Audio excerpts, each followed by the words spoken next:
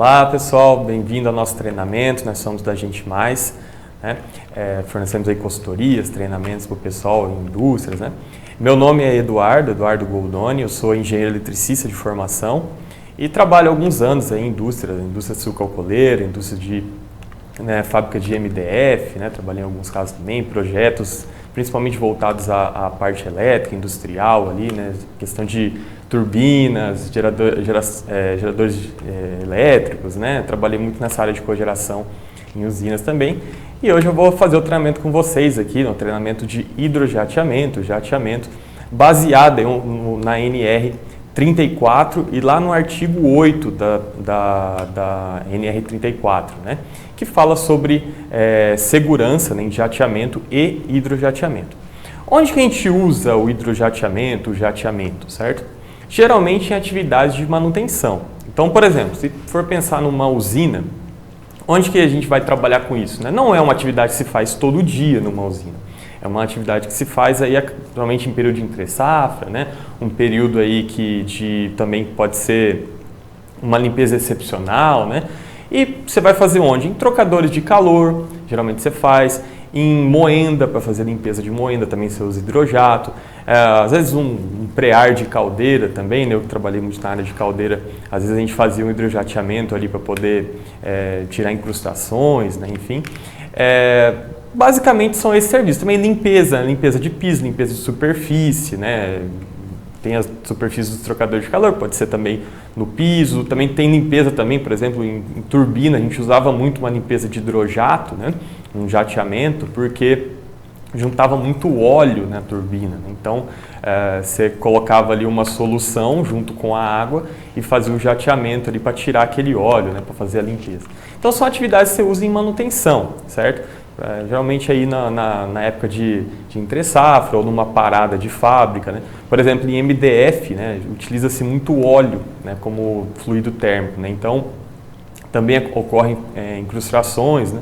E no MDF você não tem entre-safra, né? Você trabalha com uma parada programada. Então, vinha o pessoal do hidrojato lá para poder fazer a limpeza dos trocadores de óleo, né, para facilitar ali as trocas térmicas, enfim.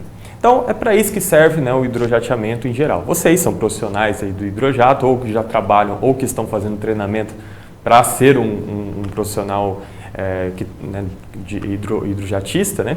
Então, aqui a gente vai falar algumas coisas inerentes ao trabalho de vocês. Principalmente, né, a questão de segurança, questão focada em segurança e capacitação aí, para vocês não, né, terem alguns problemas, né, se machucar, né? E, lógico, vamos dar algumas dicas também do trabalho, como se executar o trabalho, uma peça, um equipamento que vocês usam aí no dia a dia de vocês como hidrojatistas, beleza? Então vamos começar nosso treinamento. Primeiro, né, a gente vai falar sobre a questão das normas regulamentadoras, tá? Porque eu geralmente faço uma visão geral sobre todas as normas, a gente vai falar aqui das mais de 30 normas que tem, para vocês se posicionarem e ver a importância de cada uma no trabalho de vocês, tá?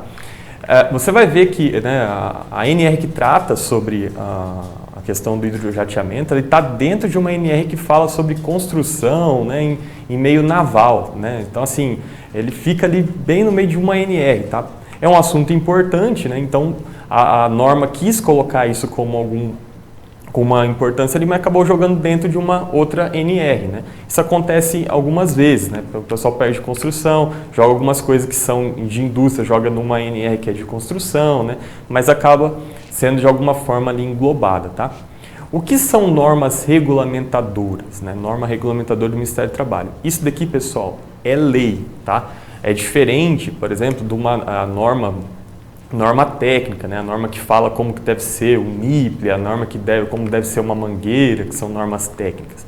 A norma regulamentadora é questão de lei, tá? Você tem que seguir. Então vai falar sobre treinamento, vai falar sobre alguns procedimentos, vai falar sobre autorizações para poder executar o trabalho e dicas aí úteis, né, na execução do trabalho para que não ocorram acidentes. Se, né, o profissional não levar em consideração isso para fazer uma atividade, para autorizar uma atividade, ele pode ter aí problemas na justiça, tá? Porque isso é uma lei, tá?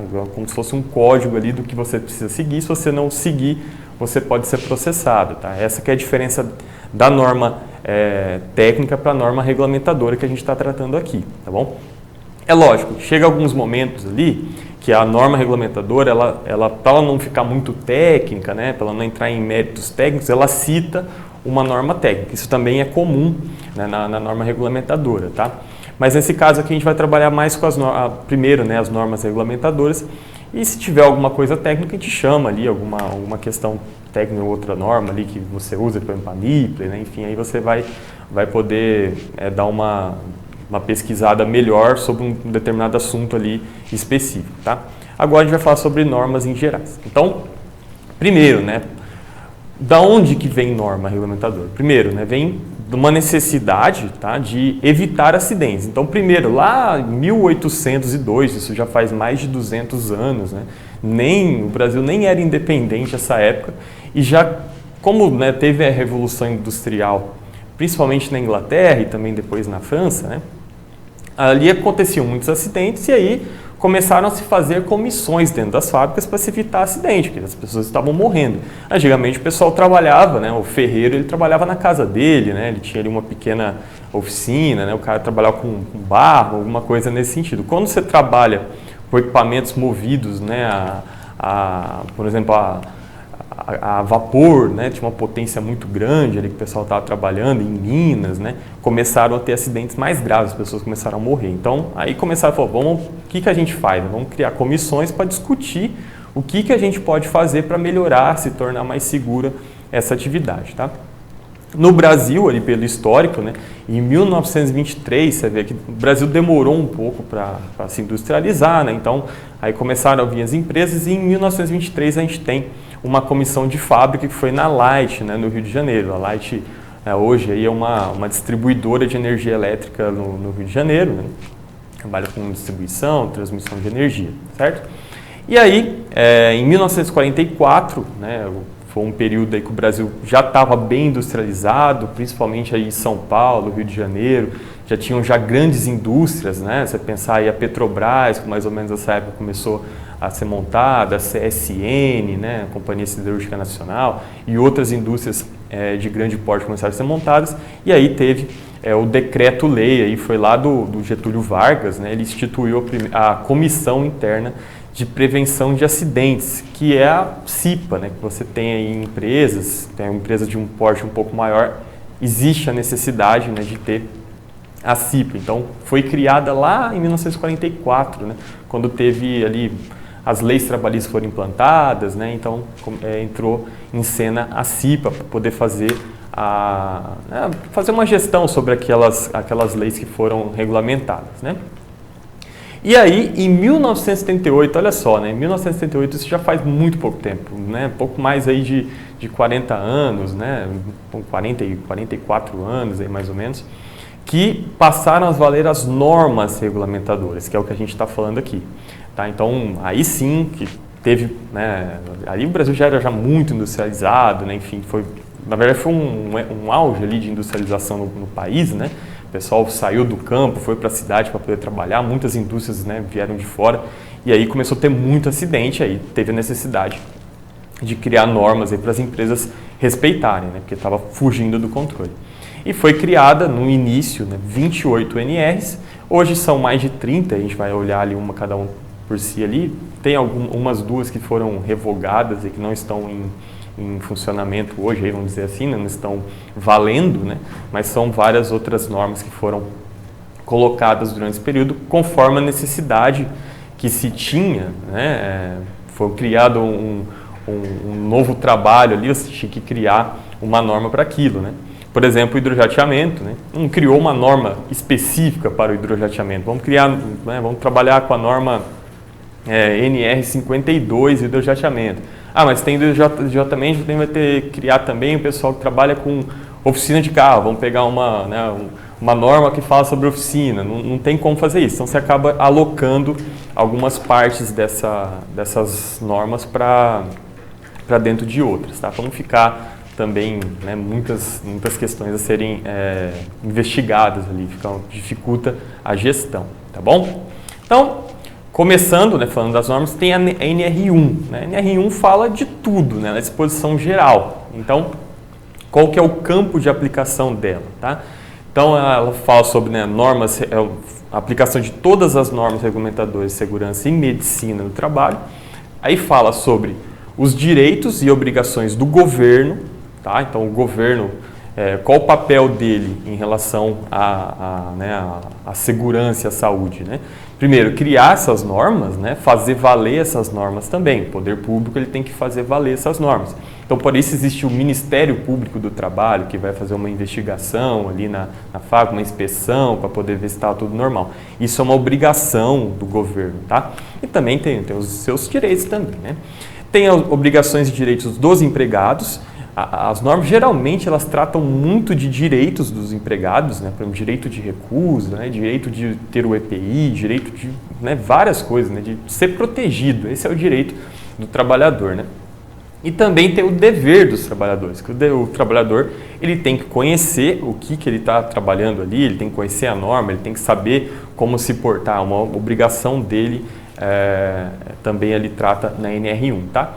Dos empregadores, né, dos trabalhadores e dos empregadores também, né? Dos empregadores são os donos, né, das fábricas, né? Enfim, quem são as indústrias ali. Então elas têm que criar, por exemplo, uma CIPA, ela tem que ter uma equipe ali de segurança do trabalho, né? Ela tem que fazer uma investigação quando acontece acidente, ela tem que passar essas informações para o Ministério Público do Trabalho. Então também são deveres e direitos também, inclusive, dos empregadores, tá? No assunto aí de segurança. A NR2, como eu disse, já tinha algumas revogadas. Essa foi uma que foi revogada em 2019, até agora não voltou, né, que é sobre inspeção prévia. E a NR3, né, ela fala sobre embargo e interdição, né? Então, o que vai acontecer aí? Chegou num ponto, né, que a empresa vai ser ali, né, recebe uma inspeção e vê que aquilo ali está muito perigoso, não tem como trabalhar naquele local. Existe um procedimento a ser seguido pelo Ministério Público do Trabalho, que ele está descrito ali na NR3, para ele poder paralisar a atividade, tá? Então, paralisa serviço, paralisa a máquina, paralisa equipamento, paralisa a fábrica em geral, tá? E os procedimentos, né, que têm que ser observados ali. Então, eu vou ter que entrar em contato com o gerente, eu tenho que, né, entrar em contato com o juiz, quem que eu tenho que entrar em contato, está tudo ali descrito no NR3 para poder fazer a paralisação da atividade, né? E as medidas, né, também punitivas, por exemplo, a empresa vai tomar uma multa, a empresa vai ficar aí 10 dias sem funcionar até não adequar aquilo, enfim, tudo isso relacionado à segurança do trabalho, é a NR3 que trabalha com isso, tá bom? A próxima, NR4, fala sobre serviços especializados em engenharia de segurança e medicina do trabalho. Basicamente, a gente falar aí, né, estabelece a obrigatoriedade das empresas públicas e privadas que possuem empregados registrados pela CLT de manter o serviço especializado em engenharia de segurança e medicina do trabalho. Quem são eles? Né? O SESMIT, que engloba uma equipe dentro da empresa, certo? Que tem ali o engenheiro de segurança, dependendo do porte da empresa, o técnico de segurança, a enfermeira, né, do trabalho, o médico do trabalho. Então, aquela equipe ali, né, às vezes um coordenador da área de segurança, né, todo mundo tem que ter ali, né, a função na fábrica ali baseada nessa NR4, tá bom? Então, por exemplo, o médico, o que ele vai fazer? Ele vai analisar, né, os exames dos colaboradores, ele vai traçar aí um programa, que exames que eles devem fazer, depois a gente vai tem uma NR que trata disso, né? Então, essa norma NR4, ela fala que tem que ter uma equipe de segurança dentro da empresa, tá bom? É isso que ela quer dizer, e formada aí, né, pelo engenheiro, pelo técnico, pelo enfermeiro, pelo médico, auxiliares, enfim, todo mundo que participa aí da área de segurança da empresa, tá bom?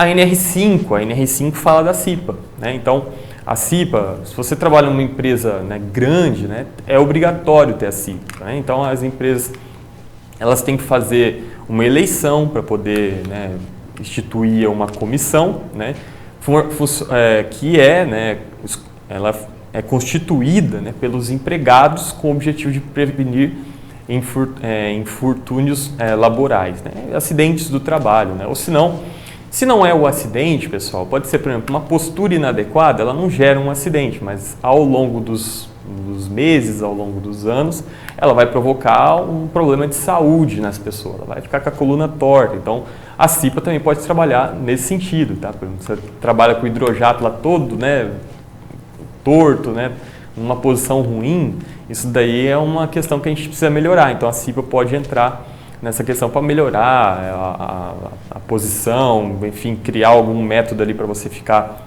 mais estável, né, uma plataforma, enfim, alguma coisinha para poder trabalhar. E aí a CIPA faz esse trabalho, né, de fazer a denúncia, né, e cobrar as ações, tá? Então é isso. Tem que ter eleição, você tem que ter lá os funcionários representados. Tem também, né, uma representação pelos próprios, vou colocar, da gestão da empresa. Então, por exemplo, o gerente pode indicar alguns funcionários para participar dessa comissão, que ele acha que tem um potencial para trabalhar com segurança do trabalho, para poder colaborar. Então, a direção da empresa indica também. Eu falo que eu fui indicado, né, em 2 ou 3 oportunidades, eu fui indicado pela gestão da empresa, né, para ser um dos atuantes ali na CIPA, inclusive uma como presidente da CIPA. Um ano eu fui presidente da CIPA e tinha bastante coisa para fazer. CIPA não é fácil, o pessoal que vai atrás de CIPA realmente tem que estar com a cabeça focada, porque é muito trabalho, tá? A NR6, né, a gente vai partir aqui, né, ela fala sobre EPI, né, fala sobre EPI,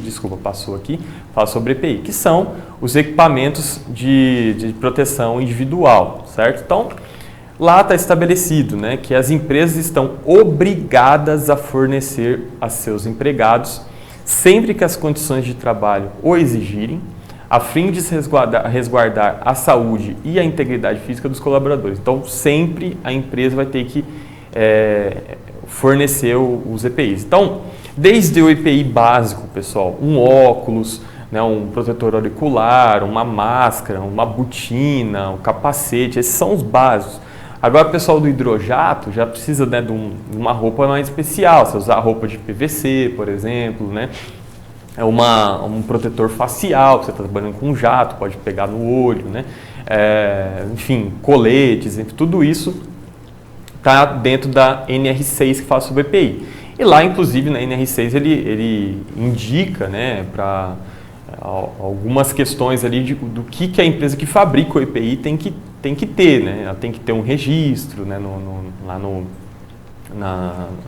o pessoal do governo de fabricar aquele EPI, tem que ter um CA, né, que tem ali um número que ele vai ser registrado para poder fazer a certificação daquele EPI. Então tá tudo na NR6, tá? Então tudo que você usa como EPI, ele tem que estar registrado ali, tem que estar de acordo com a NR6, beleza?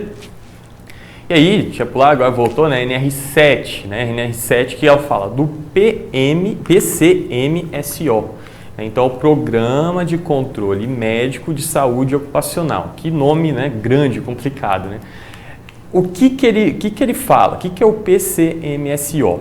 Ele estabelece a obrigatoriedade de elaboração e implementação por parte de todos os empregadores, então de todas, quem emprega, né? Quem é a fábrica, a indústria, né?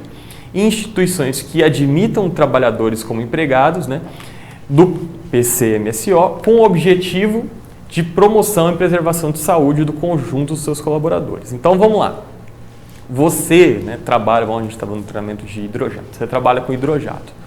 Quem trabalha com hidrojato, ele vai ter alguns riscos, né, que ele vai estar ali no dia a dia dele. Então, você trabalha com uma empresa só de hidrojato, faz hidrojato o ano inteiro, né, você vai trabalhar provavelmente com questão de poeiras, né, enfim, produtos químicos, você pode estar trabalhando ali, pressões, né, ruído. Vai trabalhar muito com ruído, que a bomba do hidrojato ela faz um barulho, né, bem forte. Vai trabalhar em espaço confinado, vai trabalhar em altura. Para poder fazer esses tipos de trabalho, você vai ter que fazer alguns exames, certo? Para poder, primeiro, saber se você está apto a trabalhar e segundo, eu faço um exame hoje, daqui a um ano eu faço de novo. E eu vejo o que mudou. Por exemplo, em questão de ruído, se eu faço um exame num ano e no outro ano, quando eu for fazer de novo, eu vejo que eu tenho uma perda ali na função, né, né, de escutar ali, eu teve uma perda de alguma frequência, eu falo, pô, tá errado isso aqui, né? Então, eu tenho que mudar, por exemplo, o tipo de protetor auricular que eu estou usando. Então, nesse sentido que vem o PCMSO. Isso é muito importante, né? Então, por exemplo, eu tenho trabalho em altura. Quem trabalha em altura tem que fazer exame, por exemplo, o eletroencefalograma. Por quê? Se ele tiver ali uma vertigem, alguma coisa, ele pode cair daquela altura, né? Então, tem que fazer um acompanhamento todo ano para ver isso daí, pessoal. Um ano não tá, outro ano pode ter. A gente, né, vai mudando, né? Nosso corpo muda, né? Nós temos aí, vai envelhecendo, né? Vai ficando com mais riscos, né? Então, todo ano você tem que fazer o exame para poder ver se você está apto a trabalhar ali ou se teve alguma alteração, por exemplo, no coração, né? Alguma coisa assim. Então, é para isso que serve o PCMSO. Então, você que vai trabalhar como hidrojatista, provavelmente você fez esses exames para poder trabalhar e no ano que vem, quando você for completar um ano de empresa aí, no aniversário, você ganha mais um exame aí de graça, né? Que você faz um exame para ver se está tudo certo, né? Espero que esteja tudo certo se vocês usarem todos os EPIs, né? Enfim, ter uma alimentação saudável, né? Enfim, a vida saudável, você vai ocorrer tudo bem. Certo? A NR8, né? E já são mais, né, itens mais gerais, vai passar um pouco mais rápido, tá? Requisitos técnicos mínimos, né, para trabalho, para edificações, né, para prédios, enfim, para poder trabalhar nela. Daqui não é muito o tema do nosso treinamento, né? Já a NR9 fala sobre PPRA, né? Então, lá eu tenho, né, o PCMSO, o programa de controle, lá ele vê, enfim, os exames que eu tenho que fazer, mas ele parte da onde, né? Ele tem que saber o que eu faço na empresa. Como eu falei, você é hidrojatista, tem séries de riscos ali que você está, né, encarando ali no dia a dia. Da onde vem esses riscos? Do PPR, né? Então, é obrigatoriedade, né? Fala sobre a obrigatoriedade de elaboração e implementação do programa de prevenção de riscos ambientais. Então, o que é o risco ambiental? É o risco ali do seu ambiente de trabalho. Então, como eu disse, quem trabalha com hidrojato, ele vai ter, por exemplo, problema com ruído. Então, ele tem que estar ali o PPRA do hidrojatista, né? O Programa de Prevenção de Risco de Acidentes Ambientais do hidrojatista tem que constar o ruído, certo? E aí, se consta o ruído lá no PPRA, no PCMSO, no Programa de Controle, né, vai fazer ali os exames, tem que ter todo ano ali o exame da questão de como que está a qualidade do que você está escutando ali, né? Enfim, da frequência, enfim, tudo que você tem alguma alteração ali na sua percepção, certo?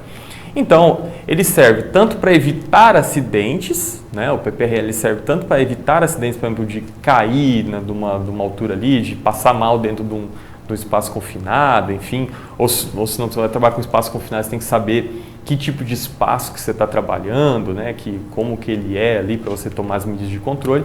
Ele também vai trabalhar com prevenção aí de doenças ocupacionais, que podem, né, instalar, por exemplo, um produto químico que você trabalha, também tem que estar ali no PPRA, tá? A NR10, ela fala sobre segurança em instalações e serviços de eletricidade, não é, né, também a alçada desse curso, né? Bem que a gente vai falar um negocinho um pouco mais para frente, mas é só não é muito do nosso curso aqui, né? A NR11 fala sobre transporte, movimentação, armazenamento e manuseio de material. Então, ali tem o caminhão, né, levando tubo, né, pode levar um produto químico, né? Então, também não é muito alçada do nosso curso também aqui, tá? Mas a gente só para saber do que se trata. A NR12 fala sobre máquinas e equipamentos. Essa daqui, pessoal, ela, acho que ali está no desenho ali, que é uma barreira, né? Enfim, de uma produção ali para você não relar no equipamento que gira. Nós temos, por exemplo, a bomba, né, do hidrojato. Você trabalha com pressão, então você tem algumas medidas, né, que você toma ali como prevenção, por exemplo, para romper mangueira, né, para, enfim, ter algum problema, em consideração da NR12. A bomba, por exemplo, tem que ter todas as proteções, as partes girantes, né, do motor ali e tudo. Então, entra um pouco nessa alçada da NR12, tá? Mas não é também muito tema do nosso curso. NR13 fala de caldeiras e vasos de pressão.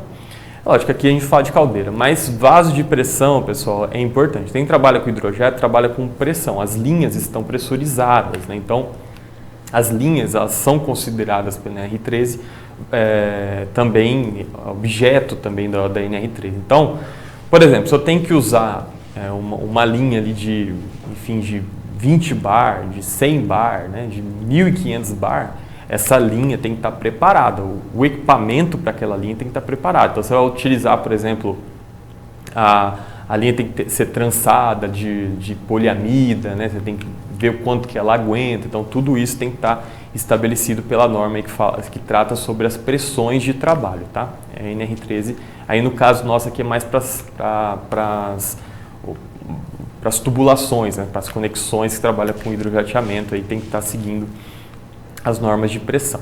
Fornos também não é muito a nossa alçada aqui, né? Então a gente vai passar um pouco. Na NR15, né, a gente fala sobre atividades e operações insalubres. Desculpa, vou voltar aqui. Atividades e operações insalubres. Se você trabalha com hidrojateamento, por exemplo, que usa lá um solupan, por exemplo, né, alguma coisa ali que pode ser um agente químico, né, você tem que utilizar uma máscara. Se você trabalha com um agente químico durante 1 hora, durante 2 horas, é uma coisa. Agora, se você trabalha com um agente químico durante 1 ano ali, quase que todo dia trabalhando com isso, vai te provocar alguns problemas ali, respiratórios, por exemplo, né? Então, são atividades que são insalubres, tá? Que conforme o tempo que você, né, é exposto àquela atividade, ela vai te ocasionar alguma doença ocupacional, tá? Isso que é insalubridade. Não confundir, depois a gente vai falar sobre periculosidade, tá? Periculosidade é o risco iminente, você pode acontecer uma morte ali iminente. A insalubridade é o que pode acontecer com você, né, caso você seja submetido muito tempo, né, a uma exposição, tá? Então, a NR15 fala de atividades, operações e agentes insalubres, as situações que, quando vivenciadas nos ambientes de trabalho pelos trabalhadores, ensejam a caracterização de exercício insalubre e também os meios de proteger os trabalhadores. Então, usar máscara, né, usar a proteção adequada para evitar que, né, por mais que você, né, esteja exposto àquele risco, que você não sofra com aquele risco, seja tão crônico, seja tão, né, acaba fazendo com que você, por exemplo, pare de trabalhar ou tenha uma saúde prejudicada conforme o tempo, tá? Então, se pensar uma mina de carvão, por exemplo, você ficar muito tempo lá, você vai ter problema. Então, você tem que usar as máscaras, tem que usar os EPIs adequados. A NR16, ela fala sobre atividades e operações perigosas. Aí, pessoal, já mais voltado para o pessoal de eletricidade, quem trabalha em área classificada, não é também item aqui do nosso treinamento, tá? NR17 fala sobre ergonomia. Ergonomia, essa sim, tem muito a ver com o nosso curso aqui. Eu já, acompanhando o trabalho de hidrojateamento, sempre o cara fica numa posição, né, principalmente quando vai trabalhar dentro de algum equipamento, né, sempre fica numa posição ruim. Essa posição ruim de ergonomia, ela vai provocar durante os anos aí problemas, né, doença, doer coluna, enfim, pode ter alguns problemas desse aí. Então, existe uma norma que fala sobre ergonomia.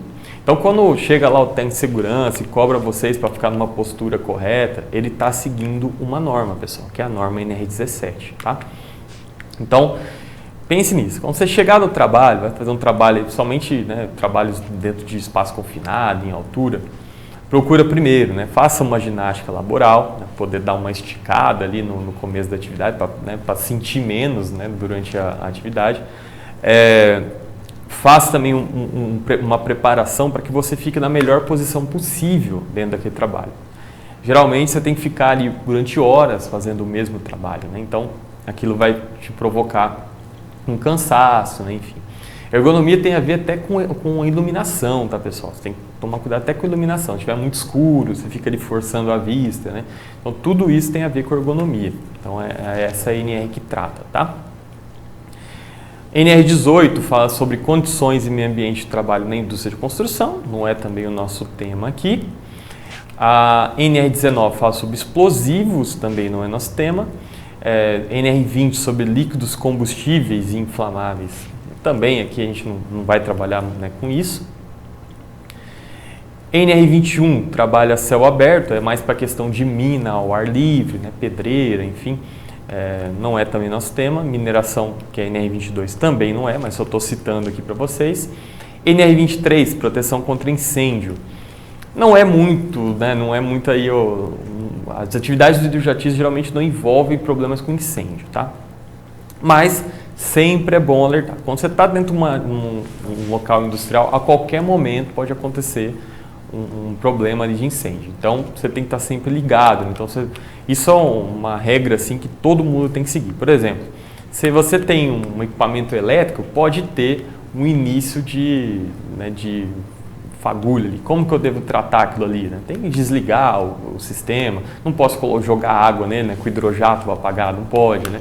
Então tem tudo isso que você tem que levar em consideração. Todo mundo tem que conhecer prática de proteção contra incêndio, tá, pessoal? Isso devia ter sido ensinado na escola, né? Para a gente poder tocar o sinal, o que eu tenho que fazer, né? Tem um incêndio aqui. Então isso é muito importante. Não é muito objeto do nosso curso, mas estejam sempre atentos. Quando vocês entrarem dentro de uma indústria, quem trabalha, por exemplo, fazendo atividade de manutenção, tá? Num dia em um, outro dia em outro, conheça as regras de proteção contra incêndio da empresa. Bom, para não passar aí por apuros, tá?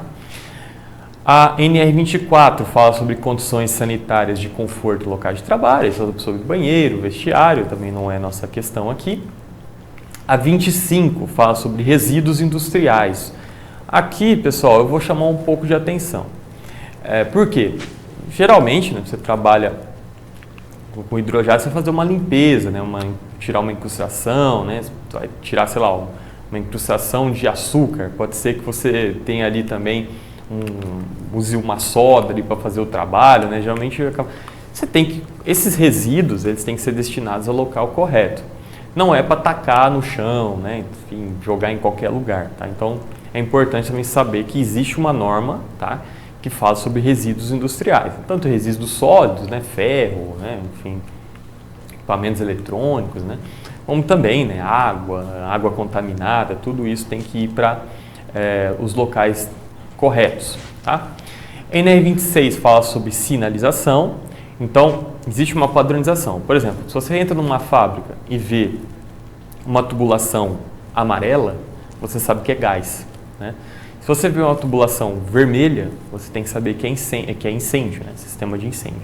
Azul, ar comprimido, tá? Então, é isso que fala a NR26. Isso falando sobre tubulação. Entra também no campo da elétrica, provavelmente entra também no campo, né, de uma questão de mecânica, né, ali de trabalhos mecânicos, né, de questão de água, qual água beber, né, tem a verde mais clara, a verde mais escura, que uma é água, a verde mais escura, se eu não me engano, é água que vem do poço ali, né, a água mais clara é a questão da água ser potável, tem tudo isso para levar em consideração na sinalização aí, tá?